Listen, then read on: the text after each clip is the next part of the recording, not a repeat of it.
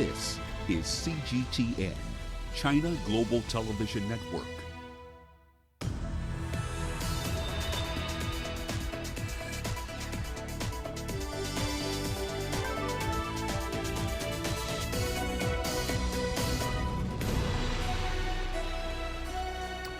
Hello there, welcome to this edition of Global Business Africa. In the next 60 minutes, we'll run through the business news stories you need to know about from Africa and beyond. A quick run through the markets for you. Plenty of company news coming through. So let's start with insurers in South Africa.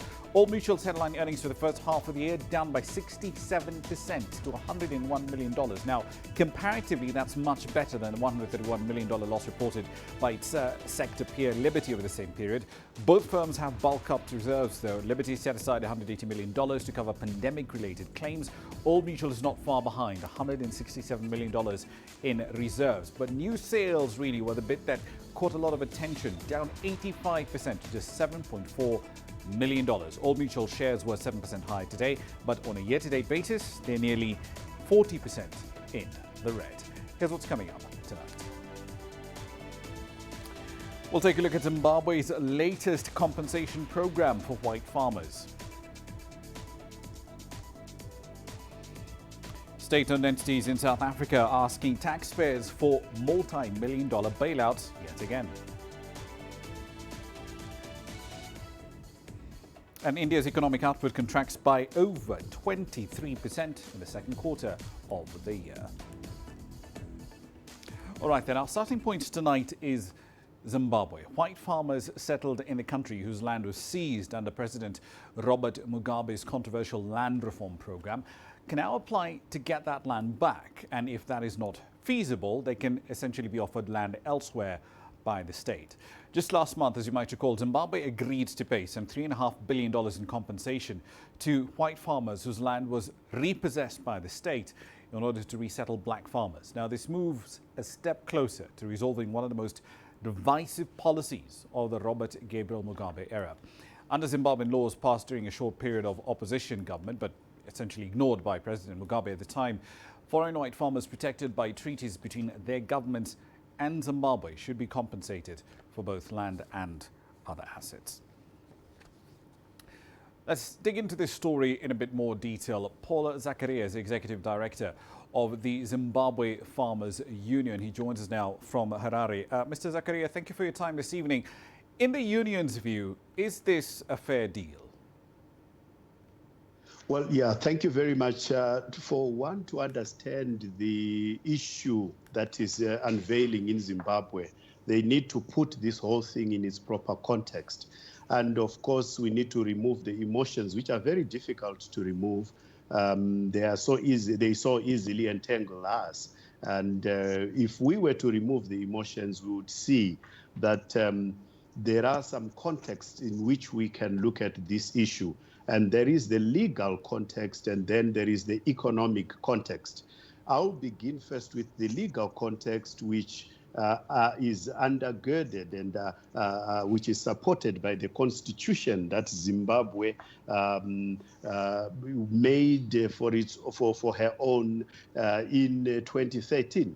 The constitution actually provides for the text that we are talking about today, that land and developments will be compensated for two categories, that is non-indigenous farmers who were dispossessed and those who were covered under government-to-government agreements, which we call the bilateral investment promotion and protection agreements. And then there is those, there are those now non-indigenous farmers who were dispossessed. These are the ones that are covered now under the Global Compensation Agreement, which necessarily does not respect the compensation of the land itself. And then the economic side of it is where you will see that because of the tag of negativity that followed Zimbabwe over the last 2 decades, investment in the country was drying up.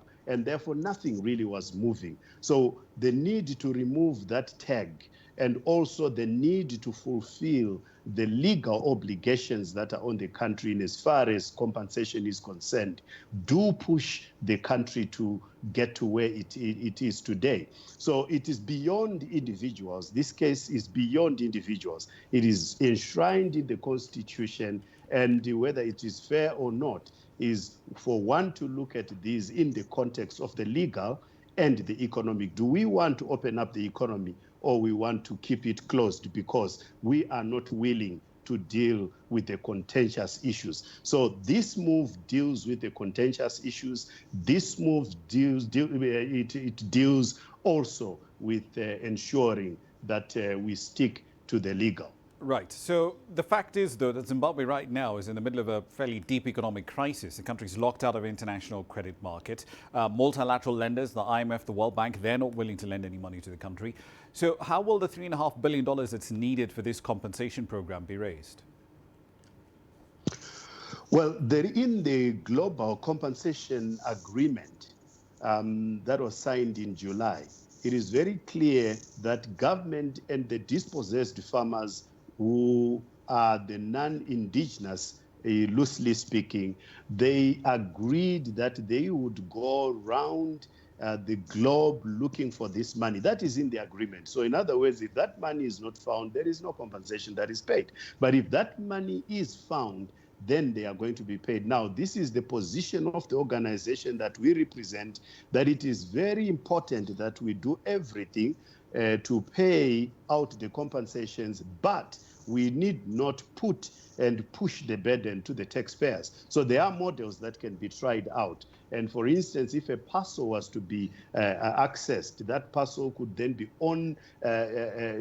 outlaid to agriculture. So in other words, we are saying compensation is paid out, but at the same time tied to agricultural recovery. So whoever borrows out of that parcel pays back plus interest, and the interest then populates what we believe should be the compensation fund. This way, we will be able to avoid taxpayers picking the tab. Indeed, but isn't it a bit more likely that farmers might actually be offered alternative sites rather than getting the farms in question back? Because these have already been handed out to other farmers. They're essentially being utilized by those farmers. I mean, even politically, how will the authorities be able to essentially tell farmers that they gave land back in the year 2000, all right, get out, let's get these people back in? Anything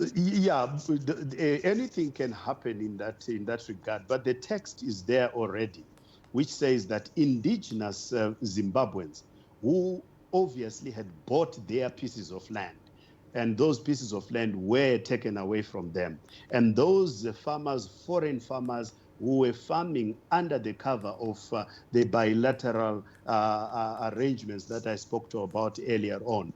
These ones, the text is there and it's clear. If they want to go back to the farms that they had, that they owned, they apply. And if it is possible and feasible that they go back, then they really have to go back, and the farmers that took over those farms will be given alternative farms elsewhere.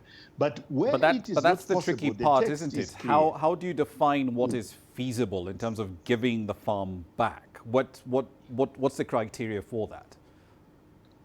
For one, I believe it is one looking at the context now. Do I have to go back to this farm? Is it going to give me the return that I intended to have over the years? And then if the answer is yes, then they go back. And if it is feasible, by way of how many people are going to be moved, what is the infrastructure like, and all that, if it is feasible to do so, then they can go back to their piece of land according to the text that we have. We are yet to see the practicability of this arrangement. But we also foresee that many farmers that will be going back, possibly that will be applying to go back to their pieces of land, may choose to pick up alternative sites. One last question for you very quickly, sir, if I may. Zimbabwe had roughly 4,500 farmers before the land reform program back in the year 2000. Do you have any idea of how much interest there is in those farmers coming back into the country? Our association has been also in touch with the Farmers Union representing the former farmers. And we see that there are now various categories in there. Some are tired, they're no longer happy with going back onto the farm, and they are interested only in getting their compensation. There are others that are much younger that would really want to go back onto these farms, and we are seeing the interest, and that is quite open. But I would say that by and large, a reduced number of those farmers who are dispossessed would actually want to go back onto the farms. Indeed. We'll have to leave it there for the time being. Paula Zakaria, Executive Director of the Zimbabwe Farmers Union, thank you very much for your time this evening from Harare. Now, on to North Africa. Egypt's phone manufacturers are expecting a bit of a boom in the tablet and smartphone categories when schools start the new academic year in October. With the onset of the COVID-19 pandemic, the Ministry of Education over there has adopted an online learning system, and students will need to have proper equipment, essentially all the basics: smartphones, laptops and tablets. CGTN's Yasser Hakim takes a look now at the impact that online education is expected to have on the tech industry. An estimated 23,500,000 students in Egypt are getting ready to return to school for the new academic year, and certain procedures have been put in place to reduce the chances of a COVID outbreak among students, with schools embracing the use of technology. First, the students from kindergarten to year 3 will go to school every day, but with 50% capacity in classes. From year 4 to 6, they will go 4 days. From year 7 to 9, they will only go for 3 days and work online the rest of the week. In high school, they will depend on the tablet in all their work. Parents have their say about the new system, which the Ministry of Education carried out a trial over the last few months in the previous academic year. I personally support online education. It has made life easier and is more practical. I wish they adopt it in everything, not just education. The new generations are already experts on the internet and have been using smartphones and laptops from a young age. I told my children this is a good idea. The country is developing and using the latest technology, and we should be on the same track. Electronic and mobile shops have already started feeling the effects of online education, as a surge is experienced in IT-related projects. Yes, sales increased when the online education was adopted. Students were forced to look for new equipment. They wanted multifunctional equipment that support Android applications like Zoom, and which are also smartphones with SIM cards as well. The highest demand is for the latest brand of smartphones. But not all students can afford the smartphones or tabs, and the government will have to chip in to make the system work efficiently. The Ministry of Education is expected to hand out 650 tablets to students from year 3 to high school.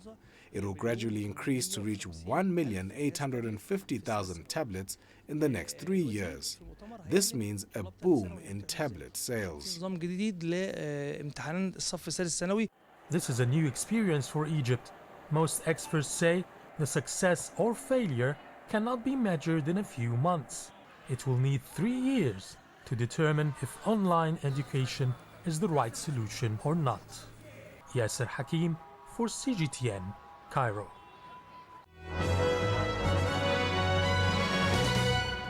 All right, then a quick run through some company news. Let's start in the world of commodities. The International Cocoa Organization is forecasting a global surplus of 42,000 tons for the 2019-2020 season, which runs from October to September. The intergovernmental body previously forecast there would be a deficit of 80,000 tons over the same period of time, with the change now being driven by lower than previously anticipated grindings, mainly because of the COVID-19 pandemic.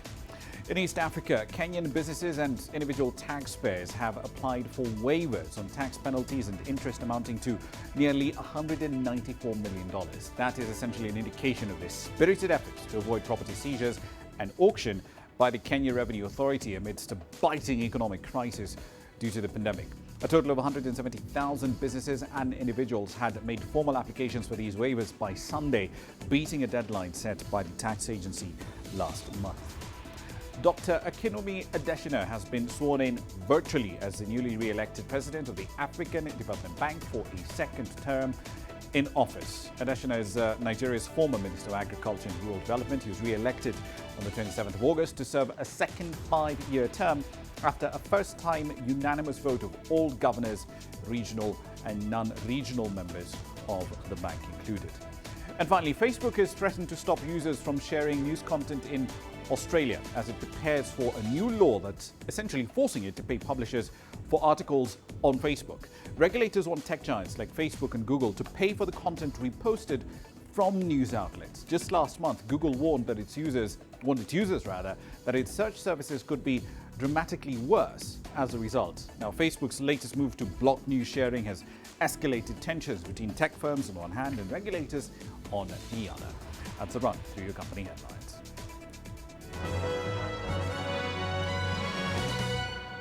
You're watching Global Business Africa. Here's what's coming up shortly.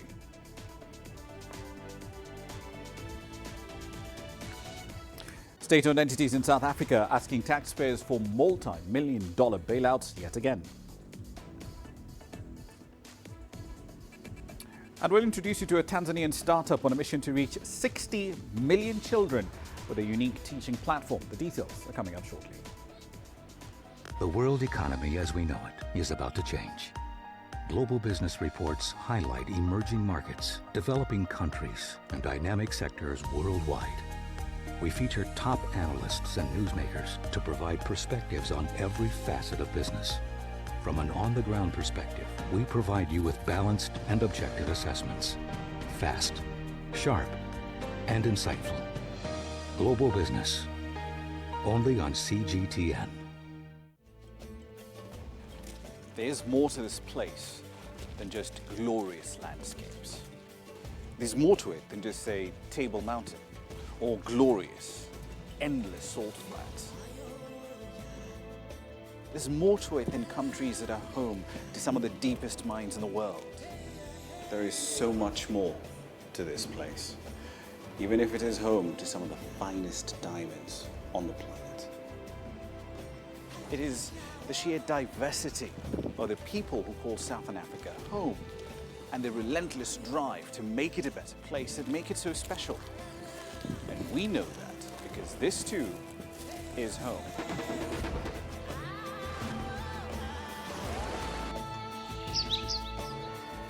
No one knows Southern Africa like we do.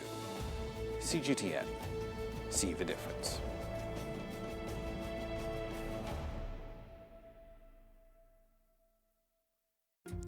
Africa is the nexus of enterprise, and Global Business will tell you why it matters. From the mega investment projects to multi-billion-dollar mergers and acquisitions. Africa today collects, just in terms of revenues from taxes alone, $545 billion a year. If you take 10% of that and you devote it to the energy sector, problem solved.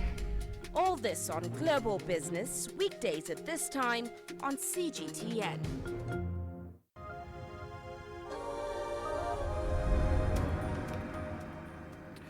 Welcome back to the program. Let's head over to South Africa. A number of state-owned entities over there have requested billions of rand in fresh funding from the government in order to help them weather the effects of the COVID-19 pandemic and all the economic damage that it's inflicting over there.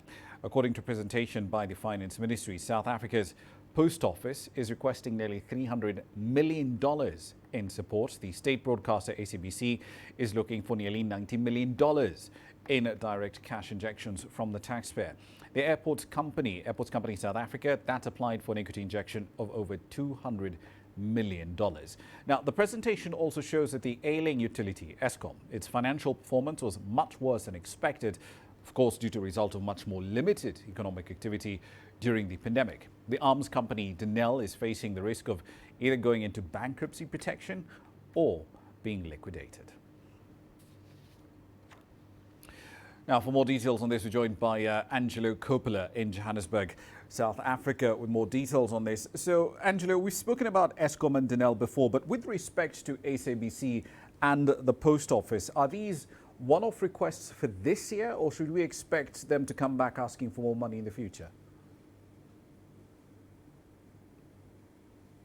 Well, look, Raman, it doesn't really matter whether it's a once-off or a regular kind of annuity income stream they're looking for, because the bottom line is here, as far as we understand it, from the National Treasury presentation to NEDAC last week, any additional money, we're told, will have to come either from reductions in other programs within those entities or from other departments' budgets. And as you know, anyone who has a government budget closely guards it and doesn't let it get moved to other places.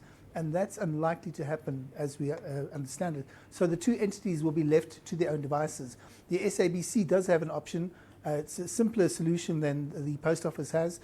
They can obviously start trying to recoup some of those annual license fees that they're entitled to by law from non-payers, and there are many hundreds of thousands of those. It could also increase fees of those licenses, although that's probably likely to run into consumer resistance. So they're left with a couple of options. They're going to have to trim their expenditure, and the first round or first line of defense there is going to probably be staff once they've culled the contractors out of the equation, and the unions aren't going to be very happy about that. They'll have something to say there. So it's going to be a tough environment for those entities. National Treasury, of course, has its own problems. It needs to raise around $2.4 billion over the next 4 years, and that's going to be a tough ask in the current environment, Raman. Indeed. So just last week, the arms firm Denel said it wouldn't be looking for further bailouts from taxpayers. But now the Treasury is saying, look, the company is essentially at risk of liquidation. We know that it's looking for a buyer to buy a stake in Denel, put some cash into the business. But A, who's interested in buying a stake at this point in time? And B, how much are they willing to actually give up in terms of equity? Well, you see, we haven't seen any clear expressions of interest at all. And that, as we saw with the likes of SAA and Comair, for example. And what's happening instead is that arms manufacturers in the Middle East, for example, are reportedly poaching senior engineering resources and staff from Denel. So it's also unclear if government would be interested in an equity partner, because this is a really strategic business. The other main opposition party in South Africa, of course, has suggested that there should be a partnership between Denel and the other state-owned entity, Armscor. But as you know, government is unlikely to listen to the opposition or any of its recommendations or suggestions. As an aside, though, let's not forget, though, that Denel was also recently downgraded, and that was by Fitch. Ironically, the agency cited management volatility as one of the reasons for that downgrade. And this just before the latest ex-CEO resigned and was replaced by an ex-CEO. Fitch says that this volatility may, strangely enough, impact the ability to implement a turnaround strategy. The UASA union says it's a problem when a new CEO comes on board and then resigns before any kind of rescue plan could yield any results. So these are very uncertain times, and more so given the fact that the group was taken to court recently by another union because it hadn't paid its staff any salaries for the last couple of months and hasn't met that commitment, as we know, to date. So whether there's a stake on offer or not, it's unclear. Whether there's any kind of interest, we also don't know either. Raman. One last question for you, Angelo. The most immediate problem, at least for these SOEs, tends to be the rollover risk, right? That usually comes in with them being able to service their bonds. We've seen jitters around Eskom, we've seen jitters around Denel. But looking at the broader set of bonds issued by SOEs in South Africa, which one has bond investors most concerned? Well, look, one large bond investor that I looked at says that they aren't excited about any new issues from Transnet, Denel, Airports Company South Africa, Umgeni Water, and Sanral. As you know, Sanral remains uncertain because of the e-toll saga there, because local and national government haven't made a decision about whether they're going to actually scrap this e-toll and pay a huge fine, or whether they're going to implement it and enforce it. So that's where the Sanral issue is. The bond issuer, or investor, should I say, interestingly said they do think that there has been significant change and work done at Eskom, and they're prepared to consider, wait for it, further investments, but only in the fully government guaranteed instruments. So it's a case of, well, we like Eskom, but only if government fully guarantees those new instruments. So it doesn't appear fully committed and convinced that Eskom is on the right track right now. So that's where we stay at the moment, Raman. Indeed, interesting times. Leave it there for the time being. Angela Coppola live in Johannesburg there. Now, away from South Africa and its SOEs, let's head over to the north end of the continent. Tunisia's industrial production was down by nearly 20% in the second quarter of the year. That decline is, of course, attributable directly to disruptions related to COVID-19 and the associated lockdown measures that have slowed investments and held back factory output. With the latest from Tunis, here's CGTN's Adnan Chouachi. Tunisia is hoping to rebound from the second quarter contraction after authorities asserted that the COVID-19 crisis slowed production in the North African state. The nation's industrialization minister declared that the decline hit several sectors, especially the production of textile, clothing and leather, as well as building materials, ceramics and glass sector. Diverse industries were affected, such as the mechanical and electrical engineering industries, paper and paperboard, wood industry and the rubber and plastic industries. The Director General of the Agency for the Promotion of Industry explained that Tunisia is not excluded from the impact of the global economic crisis, which is the result of the sudden interruption of the industrial production cycle in the whole world. The pandemic has not spared any industrial sector in the country. Our main markets and clients were affected. The crisis hit the production, the global supply chain, as well as the strategic plans of all world economies. We used to talk about delocalization. Now many countries are promoting relocalization of production in the post-COVID-19 period. This will complicate the economic situation even further. The output in the mining sector also fell 21.6% in the same period. In fact, the production of raw phosphate declined to 842,000 tons in the second quarter of 2020 against 980,000 tons in the same period of 2019. The Minister of Energy and Mines said that the economic recovery plan depends on the resumption of phosphate and hydrocarbon activity, which caused significant shortfalls in earnings this year. The low output in the mining basin has many negative repercussions. Phosphate is one of the pillars of the economy. The production is down, so are the revenues due to the pandemic. When the phosphate sector is in crisis, many parallel activities are impacted.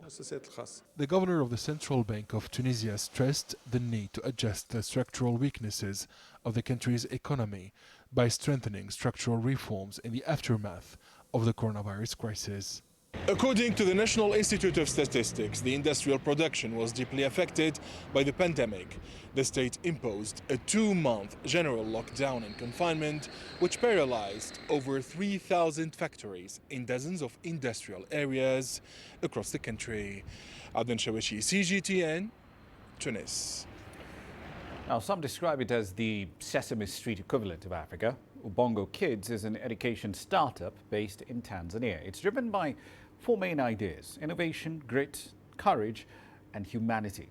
Ubongo Kids is on a mission to equip 60 million children across the continent with the educational foundation, the critical thinking skills, and the positive mindsets they need to succeed by 2025. CGTN's Daniel Kijo filed this report from Dar es Salaam. Ubongo Kids could be East Africa's most famous teaching platform. Millions of children across the region, like 7-year-old Helen Makota, enjoy the multimedia, animated, story-based learning platform. Launched in 2013 in Tanzania, it amassed 1 million viewers within a year. Then, it expanded to television networks across more than 4 countries in Africa. Jacqueline Makota says her daughter started watching the platform 3 years ago. Now she is always number 1 in class, be it maths, Kiswahili, English. Because of Ubongo, nothing is too hard. Ubongo Kids' multi-platform edutainment now reaches over 5 million families weekly on TV, radio, mobile, and the web.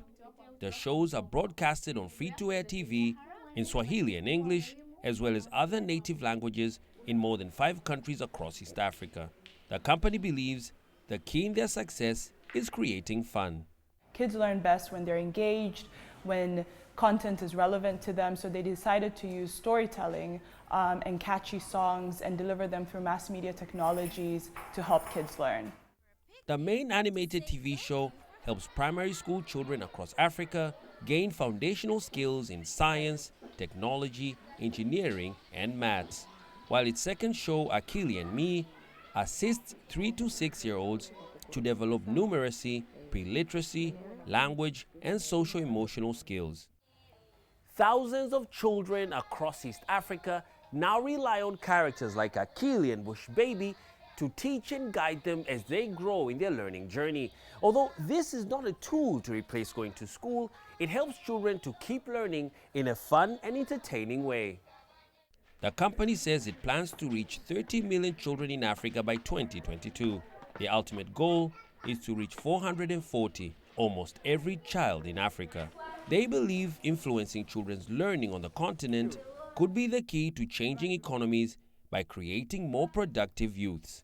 It's through stimulation and real investment in this period of life that we help children develop the foundational cognitive skills to learn later on in life.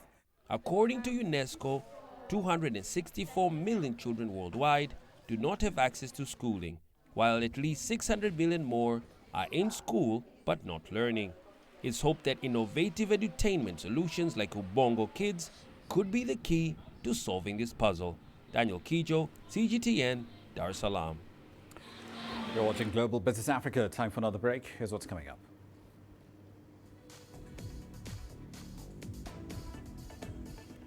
India's economic output shrinks by 24% in the second quarter of the year. And with negative inflation in sight, pressure mounts on the European Central Bank for more stimulus. The details coming up shortly.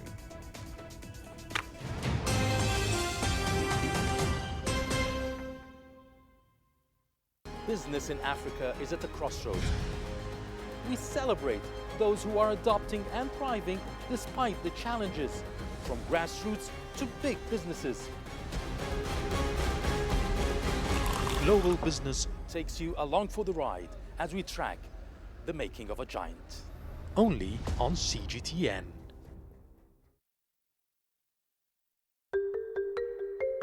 How will your world change today?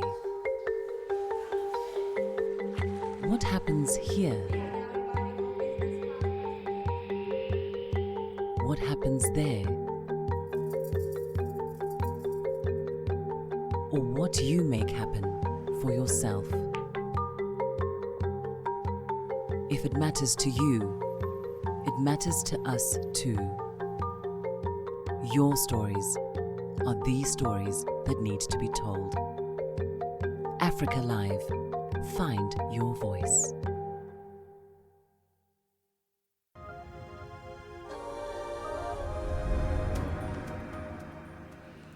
Welcome back. Let's head over to India. The latest data from the world's largest democracy shows that economic output contracted by nearly 24% in the second quarter as consumer spending, private investment and exports all nosedived steeply.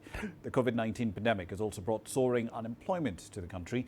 5 million Indians lost their jobs in the month of July alone. Total number of unemployed is now 18 million. CGTN's Ravinder Bauer has that story. It is a daily struggle for Ruxana to arrange food for her girls. Gone are the days when the daughters had a nutritious meal at school.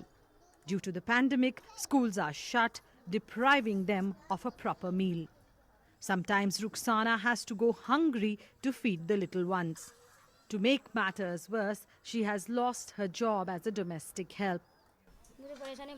I'm facing a lot of difficulties. I have no job and it's difficult to pay rent. When schools were open, I would leave my children there and go to work. But since schools are shut, I cannot go to work and we stay at home all day. We would bring food from the school. In the absence of any institutional support, urban poor families like Ruxana's depend on charity organizations to feed their children. Experts say undernourishment will be a huge challenge as a result of the socio-economic impact of COVID-19. the UNICEF report Upending Lives does make some kind of a projection, and we can see from that report that almost 300,000 children under 5 years of age may die simply because of malnutrition in the next 1 year. And that's quite a scary figure for us to respond to immediately. In addition to this is the issue of unemployment. Ravinder Debral lost his job during the lockdown in March. Since then, he's struggling to make ends meet and is under huge debt. There are no jobs, and there are 10 people looking for a job, but only 2 jobs are available, and the other 8 are without jobs. 90% Indians work in the informal economy. They have suffered income loss and layoffs due to the pandemic. This puts them at a risk of falling deeper into poverty. Ravinder Bava, CGTN, Delhi. It's not just India that has some grim macroeconomic data coming out of it. The latest data out of Japan shows that firms over there slashed spending on plants and equipment in the second quarter too. Capital expenditure was down by over 11% year on year, posting the biggest drop in a decade. Private sector data show that factory activity in August declined at the slowest pace in 6 months. Japan's manufacturing PMI rose to 47.2 in the month of August from 45.2 in July. An improvement, yes, but that's still well under the 50-point mark that separates expansion from contraction. Reports say that many analysts expect only a modest rebound at best in the third quarter. They do expect a much firmer recovery to take time to mature as a resurgence in global infections of COVID and US-China trade disputes continue to threaten overseas demand. Eurozone inflation, in the meantime, recorded its first negative reading since May 2016 at minus 0.2% in the month of August. Now, analysts say that may pressure the European Central Bank to inject even more stimulus into the 19-country bloc. The latest data was well off broad estimates, and it does continue to undershoot the ECB's target of having headline inflation at 2%. Energy prices have continued to fall as pandemic restrictions on travel remained firmly in place. Now, the ECB, to be clear, has been buying record amounts of debt in a bid to drive down the cost of borrowing. It's also lent banks over €1 trillion, essentially its negative interest rates, trying to encourage them to essentially get into the real market and lend.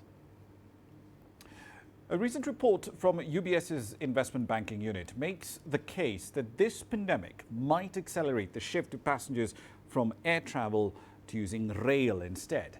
If that happens, it could supercharge rail's growth over the next decade. Today's journey starts in Inverness, and I'll be getting the Caledonian Sleeper from the north-east of Scotland all the way down to London Euston. It's approaching 8 o'clock, I'll be allowed to get on the train soon, so let's go.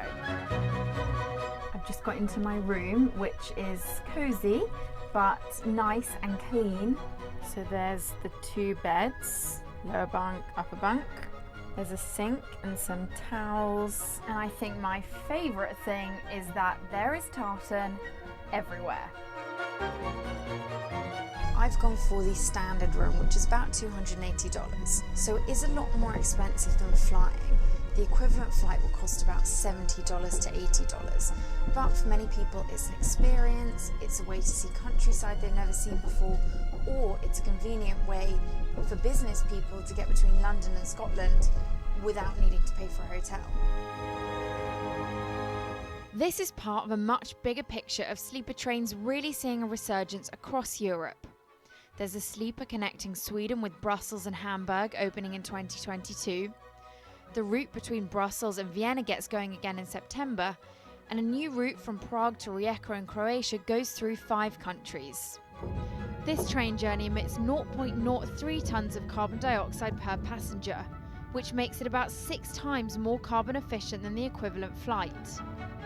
But now there's the added factor of people not really feeling comfortable flying at the moment. And that's certainly something that my fellow passengers were saying when I spoke to a couple of them before we got on the train. You know, we're trying to cut down on flying and everything, but I think the fact that we thought the train would be safer was definitely a big thing for us. We're trying to do something pandemic friendly, but still make the most of Britain. There's normally a club cart, which is like a restaurant where you can go and sit and order food and order drinks. They They have closed that at the moment and stopped all food and drink in the evening. I'm in my bed for the night and it's pretty comfy, although I have to say I think it's good that I am quite short, and when I lie down my feet pretty much touch the ends. I've got my Caledonian Sleeper face mask and earplugs, so good night.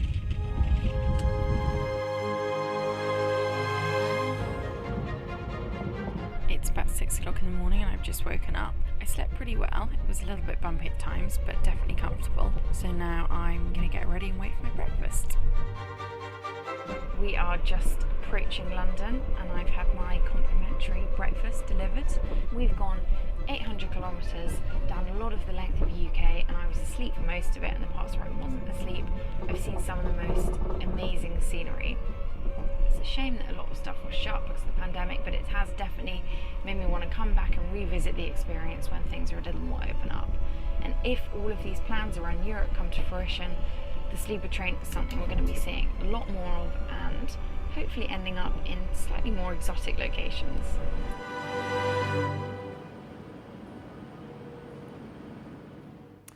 Now, most of us around the world are finding different ways to cope with the COVID-19 pandemic. Some of us have taken to cooking a lot more, or other ways of coping.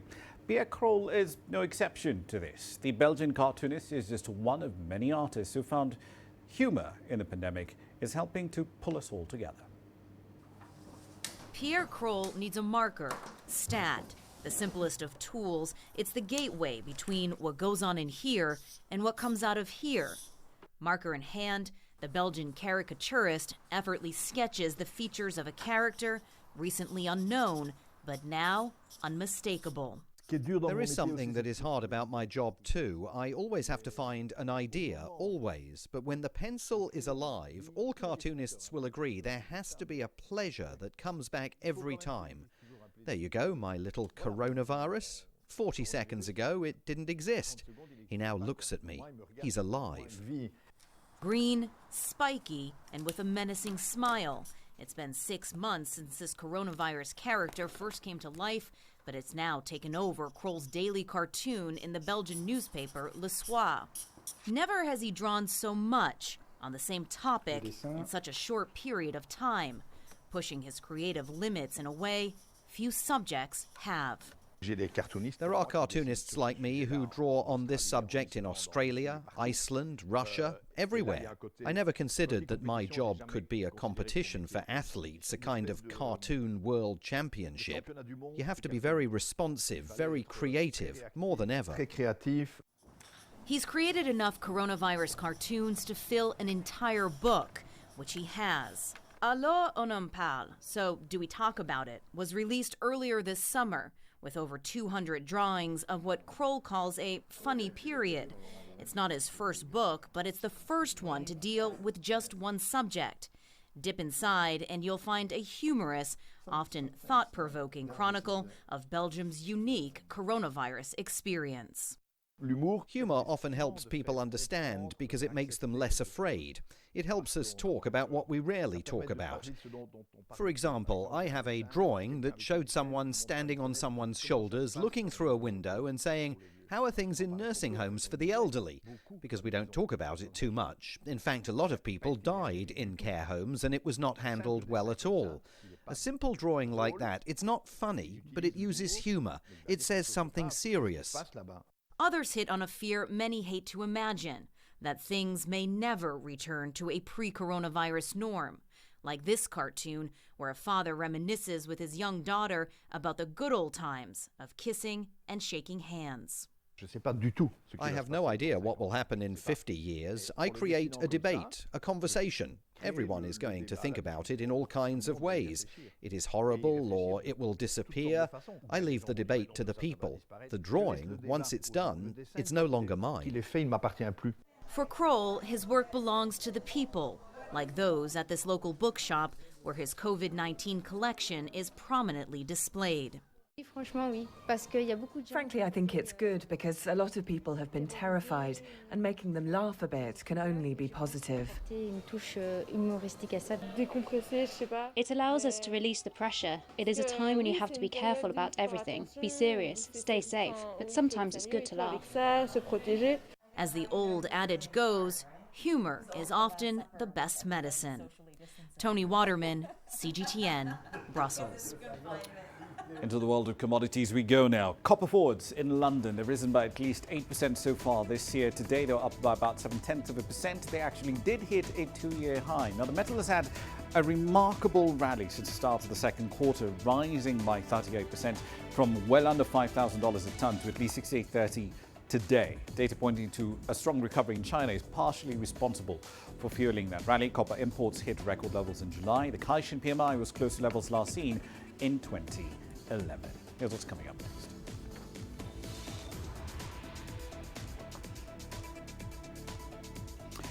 We'll take in an in-flight dining experience without taking you off the ground. That story is coming up from Nigeria next. You don't find the stories of North Africa by sitting on the sidelines.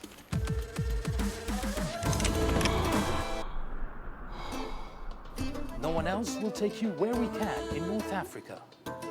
And no one else will show you what it's all about. CGTN, see the difference.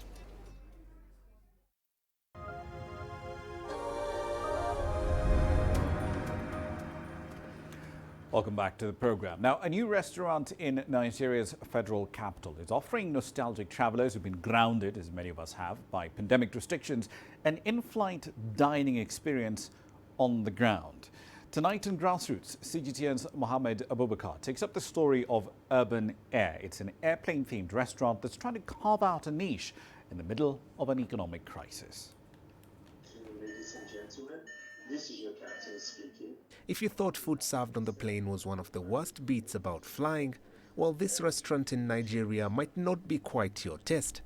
Your regular restaurant, but it was built like an airplane. So we have airplane features and one or two beautiful things that just makes you feel as though you're in an aircraft. Especially during this period, this COVID period, where people haven't gotten to travel, so they could come here and feel as though they're in the air. The interiors of Urban Air resemble that of an aircraft. The offer is an in-flight experience to those of us that are missing that air travel thrill amidst these unprecedented times of COVID-19. While at it, diners here indulge in their flight-themed cocktail menu beside windows illustrated with blue skies and puffy white clouds. Customers have been extremely happy when they come here because they get a brand new experience. From time to time, we even announce on the PA system, just as the captains do.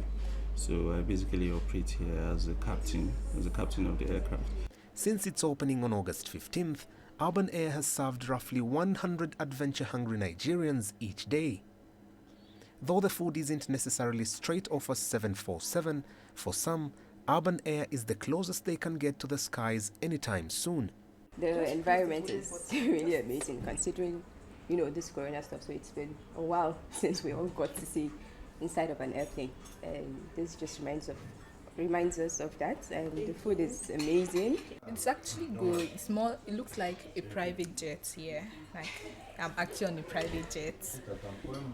And even though, some people really want to be there, so they can actually come here and be like, oh, you guys, I'm on a private jet and people actually believe because everything says it. Nigeria suspended all international commercial flights in March. While international flights are set to resume on September 5th, all that matters for now is combining love for food and flying in one. Mohammed Abubakar, CGTN. Now then, on to a new series which we're calling Jambo Studio. Tonight we're focusing on the effects of the COVID-19 pandemic on Kenya's tourism sector.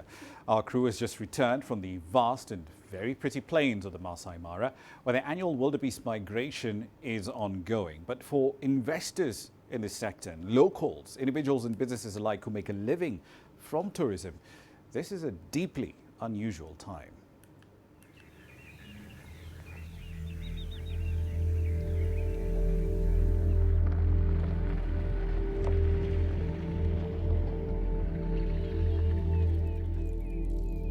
The Mara, a jewel of Kenya's tourism. It's a shared ecosystem with Tanzania's Serengeti National Park, whose wildlife is the pride of the East African region. So famous is the Mara Game Reserve that it attracts thousands of tourists from near and far. Its diverse wildlife, popular tourist attractions, and a welcoming local community make the Mara stand tall among its regional competitors. Apart from the big five, cheetahs, hyenas, servals, and bat-eared foxes are also found here.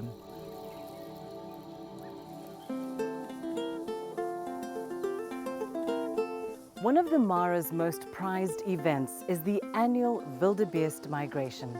It is a spectacle to behold. Around 1 million wildebeest and other migratory animals like zebra cross the Mara River from the Serengeti National Park into the Masai Mara Game Reserve. They come in search of pasture and to mate. But with predators circling the scene, it is a life and death exercise. There are crocodiles in the water, lions, cheetahs, and even hyenas lie in wait on land. It is a journey of challenges and dangers. It is Mother Nature at one of her finest and most exhilarating moments.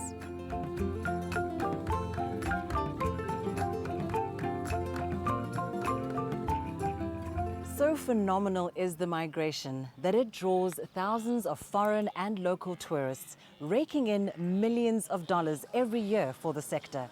Now, many locals, directly or indirectly, are dependent on tourism. Some foreigners too are here as workers or investors. Regardless of who benefits or how, this is the annual season for a windfall.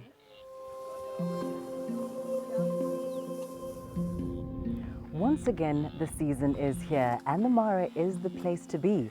However, this year's migration comes at a time when Kenya, like the rest of the world, is battling the COVID-19 pandemic, a migration amid a contagion.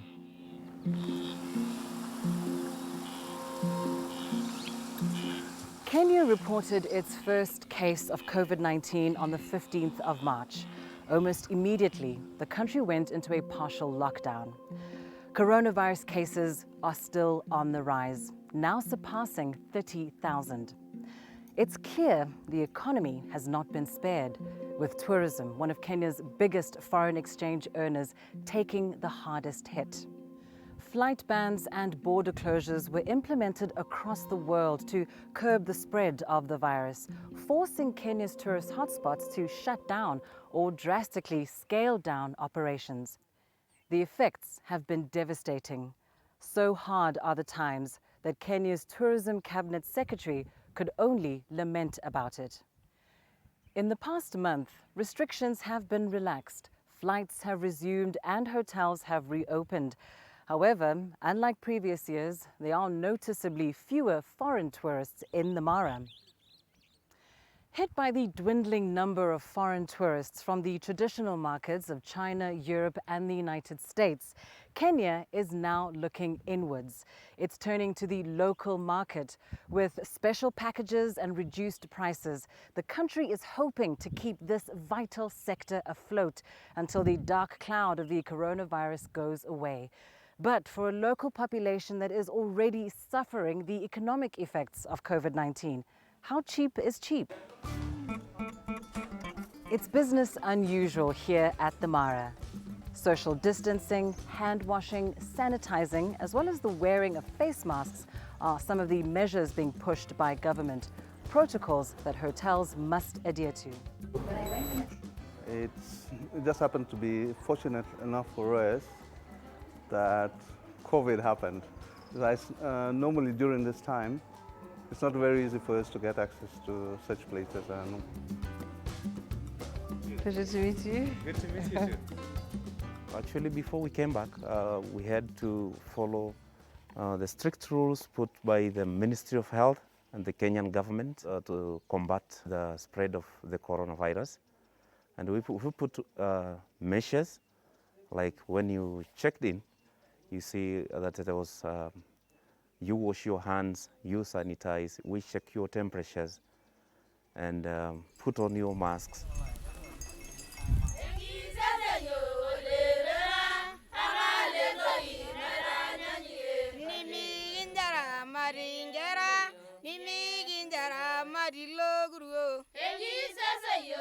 Human-wildlife conflict is a thorny issue in these parts. The indigenous people of this land, the Maasai, are considered custodians of Kenya's wildlife. But when their livestock are attacked or their settlements destroyed by wild animals, the Maasai have fought back. Wild animals have been poisoned. This continues to be a source of tension between the local community, conservationists, and the government. Human-wildlife conflict is a big issue here in the Mara, and it's a bit high normally when it's raining. When we have long grass in the reserve and in the conservancies, then you will have playing games going out to the community areas. And they take along with them predators. Elephants also try to find their way to other areas outside the national reserve. And they come in contact with people. If you're looking to understand what's changed in the Mara due to the COVID-19 pandemic, the answer is in the silence. The rumbling of flights arriving and departing, the consistent hum of off-road vehicles have all been replaced by the sounds of nature in their untouched glory. Yeah, it's very interesting, although, well, I mean, people affected in terms of, their livelihood.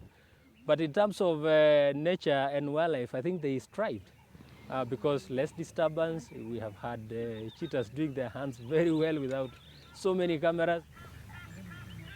A blessing for some, certainly, but the silence is a cause of concern for the local community whose livelihoods revolve around the presence of foreign and local tourists. The silence is a reality check that is now sinking in. Immediately after lockdown have just came in, no international flight coming in. Mara had been a very, very terrible place to be. People are living like in a very terrible state. I mean, like they don't grow crops, so source of income was tourism, coming here and promoting them here.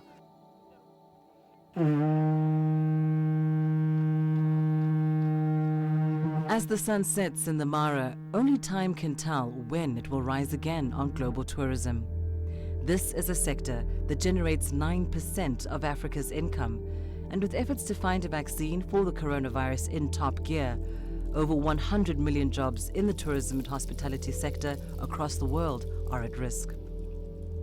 And as we always mention, magical Kenya, and I'm in the majestic Mara, so guys, you're most welcome to come, visit us, enjoy. We say Tembea Kenya, and all the COVID protocols are in place.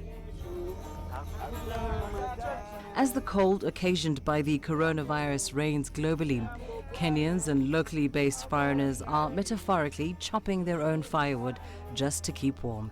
Many here are hoping for better days ahead. For hope is a good thing, and good things never die.